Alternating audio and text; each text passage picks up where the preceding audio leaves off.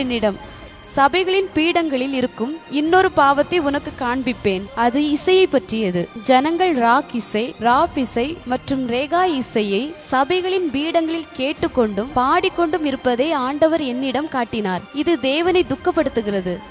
தேவனுடைய வார்த்தை சொல்லுகிறது, நாம் ஆவியோடும் உண்மையோடும் தேவனை தொழுது கொள்ள வேண்டும் என்று. ஆவியோடும் உண்மையோடும் ராப் இசையில் என்னை தொழுது கொள்பவர்களை நான் பார்ப்பேன் என்று இயேசு சொல்லவில்லை. நரகத்தில் நாங்கள் வேறொரு பகுதிக்கு நகர்ந்தோம். இங்கு ஒரு வாலிபன் பாடிக்கொண்டிருப்பதை பார்த்தேன். அவன் கிறிஸ்தவ ராப் அல்லது ரேகா இசையில் பாடிக்கொண்டிருந்தான். எனக்கு தெரிந்த மற்றொரு இசைக்கலைஞன் பாடின பாடலை அவன் பாடிக்கொண்டிருந்தான். ஆனால் நான் அந்த இசைக்கலைஞன் பெயரை சொல்ல விரும்பவில்லை.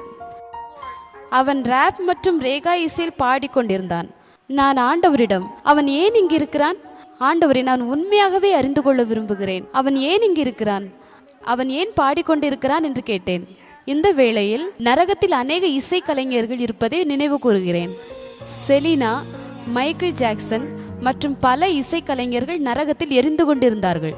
ஆண்டவரே, அவன் சபையில் பாடினான் அல்லவா என்று நான் கேட்டேன்.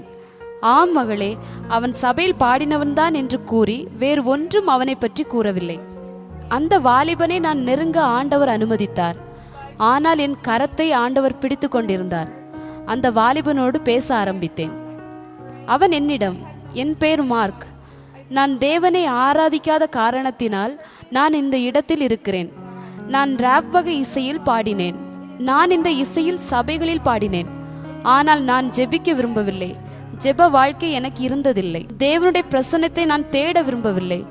இந்த ராப் இசையில் நான் பாடியதன் நோக்கம் அநேக வாலிபர்கள் எனது பாடலால் ஈர்க்கப்பட்டு சபைக்கு வர வேண்டும் என்பதே ஆகும். எனது பாடலால் ஜனங்கள் கூட்டமாக ஆண்டவரிடம் வர வேண்டும் என விரும்பினேன். தேவன் மட்டுமே அவர்களுடைய இருதயத்தை திருப்பி சபைக்கு கொண்டு வர வேண்டும் என்பதை நான் உணரவில்லை. ஏனென்றால் அவர் மட்டுமே அவர்களுடைய இருதயத்தோடு சம்பந்தப்பட்டவர். நான் அவனிடம், எவ்வளவு காலமாக நீ இங்கு இருந்து கொண்டிருக்கிறாய் என்று கேட்டேன்.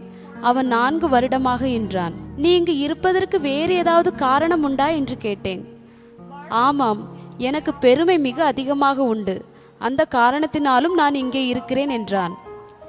இங்கே பேய்கள் தொடர்ந்து என்னை வாதித்தும் பரிகசித்து கொண்டும் இருக்கின்றன. மேலும் இந்த இடத்திற்கு அநேக வாலிபர்களை கொண்டு வர உலகத்தின் இசையை நாங்கள் ஆயுதமாக பயன்படுத்துகிறோம் என்று அவைகள் கூறின. என்னோடு மார்க் பேசும்போது அவன் முழுவதுமாக கட்டப்பட்டிருந்தும் அவன் பாடினான். அவனுடைய கரங்களும் உடலும் பாம்புகளினால் கட்டப்பட்டிருந்தது. அவன் அழுது கொண்டே, எனக்கு உன்னால் உதவி செய்ய முடியுமா என்று கேட்டான். இல்லை மார்க், என்னால் முடிந்தால் நான் செய்திருப்பேன். ஆனால் என்னால் முடியாது என்றேன். நான் இங்கிருந்து வெளியே வர முடியாது என்று எனக்கு தெரியும் என்றான். என்னை பார், நான் கொடிய வேதனையில் இருக்கிறேன். நான் மரித்தபோது குகை போன்ற ஒரு பாதையில் விழுந்தேன். அந்த பாதையின் வழியாய் கீழே வந்தபோது என் உடல் வெடித்ததும் நான் நரகத்திற்கு வந்தேன். புழுக்கள் என் உடலிலிருந்து வெளியே வர ஆரம்பித்தது. அன்றிலிருந்து இன்று வரை இந்த கொடிய வேதனையில் இருக்கிறேன். நான் சிதைக்கப்பட்டவனானேன். நரகத்தின் ஜுவாலைகள் தொடர்ந்து என்னை எரிக்கின்றது. இனி என்னால் சகிக்க முடியாது. பேய்கள் சொல்லுகின்றன, இதுதான் எங்கள் ராஜ்யம், சாத்தான் தான் எங்கள் கடவுள் என்று. எனக்கு புரிகிறது மார்க், ஆனால் உனக்கு பூமியில் மனம் திரும்ப வாய்ப்பு கிடைத்திருக்குமே என்று கூறினேன். அவன் அழுது கொண்டே, இளம் வாலிபர்களை இயேசுவை ஆராதிக்க சொல்லுங்கள், முழு சபையை ஆராதிக்க சொல்லுங்கள், உண்மையாய் ஆராதிக்கிறவர்களை தேவன் தேடுகிறார் என்றான்.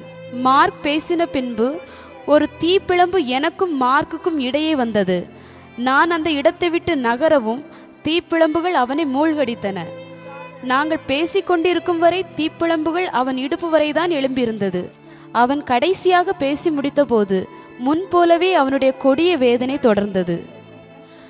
ஆண்டவர் என்னிடம், மகளே, சில இசையினாலும் சில நிகழ்ச்சிகளினாலும் தான் உலகத்தை கவர்ந்தெழுக்க முடியும் என்றும் கூட்டமாக ஜனங்களையும் போதைக்கு அடிமைப்பட்டவர்களை சந்திக்க முடியும் என்றும் பலர் நினைக்கிறார்கள்.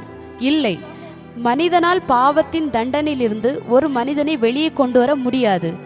பரிசுத்த ஆவியானவரே ஒரு மனிதனை பாவத்திலிருந்து விடுவித்து சமாதானமாய் நடத்த முடியும். நானே இருதயத்தை தொடுகிறவர். நானே மனிதனுடைய இருதயத்தோடு பங்குடையவர். நான் மாத்திரமே மனிதனை காப்பாற்ற முடியும். மனிதர்கள் தங்களை இரட்சகர்களாக நினைக்கின்றனர் என்றார். இதுவே ஆண்டவர் என்னிடம் கூறியதாகும். நான் அழுதேன். இது எனக்கு மிகவும் கடினமாக இருந்தது. இப்பொழுதும் கடினமாக இருக்கிறது. இது லெகுவானதல்ல. நீங்கள் இப்படிப்பட்ட இசையை கேட்டுக்கொண்டிருக்கிறீர்கள் என்றால் நீங்கள் உடனடியாக நிறுத்துவது அவசியம் என்று நான் கருதுகிறேன். இது உங்களுக்கும் ஆண்டவருக்கும் இடையிலானது. உங்களிடம் இதை சொல்லி தேவனுடைய சித்தத்தை நிறைவேற்றுகிறேன். இனி நான் இதற்கு பொறுப்புடையவள் அல்ல. ஏனென்றால் ஆண்டவர் என்னிடம் என்ன சொன்னாரோ அதை உங்களிடம் சொல்லிவிட்டேன். உங்களுக்கு ஏற்றுக்கொள்ள விருப்பம் இருந்தால் ஏற்றுக்கொள்ளுங்கள். உங்களுக்கு நிராகரிக்க வேண்டும் என்றால் நிராகரித்துக் கொள்ளுங்கள். நான் என்னுடைய கடமையை நிறைவேற்றிவிட்டேன். ஆண்டவரும் இதைத்தான் என்னிடம் விரும்புகிறார். நான் அவருக்கு கீழ்ப்படியாவிட்டால் நரகம் எனக்கு காத்திருக்கிறது. நான் அந்த இடத்திற்கு செல்ல விரும்பவில்லை. கொடுமை நிறைந்த இடத்தை சென்றடைய விரும்பவில்லை. 3 முறை நான் அங்கே சென்றிருக்கிறேன். எனக்கு தெரியும், பூமியின் வாழ்வை விட நரகம் மிகவும் உண்மையாய் இருக்கிறது. நாங்கள் மார்க்கின் அறையை கடந்தபோது அவன் தூஷிக்க ஆரம்பித்தான். ஆண்டவர் என்னிடம், நாம் இந்த இடத்தை விட்டு சென்ற பிறகு என்னை ஆவியோடும் உண்மையோடும் தொழுது கொள்ள வேண்டுமென்று என் சபையிடம் சொல் என்றார்.